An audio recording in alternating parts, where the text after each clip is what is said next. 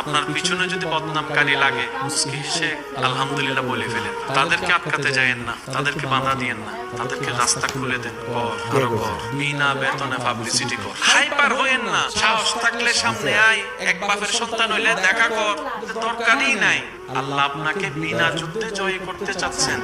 আপনি কেন যুদ্ধ করে খামাকা শরীরে শক্তি নষ্ট করবেন? দরকার কি? ছেড়ে দেন না তাকে আপন হালতে। সে বদনাম করবে, আপনার গুনাহ নিবে। সে বদনাম করবে, নিজের সওয়াব আপনাকে দিবে। সে বদনাম করবে, আপনার প্রচার করবে। সে বদনাম করবে, আপনার নামটা যে জানে না তাকেও শোনাই দিবে। তো সে যখন বিনা বেতনে এমন কাজ করতে চাচ্ছে স্বইচ্ছায়, আবার অন্যদিকে ওয়াইলুল লিকুল্লি হুমাজাতিল লুমাজা তার উপর আরোপিত হবে, আপনার টেনশন কি?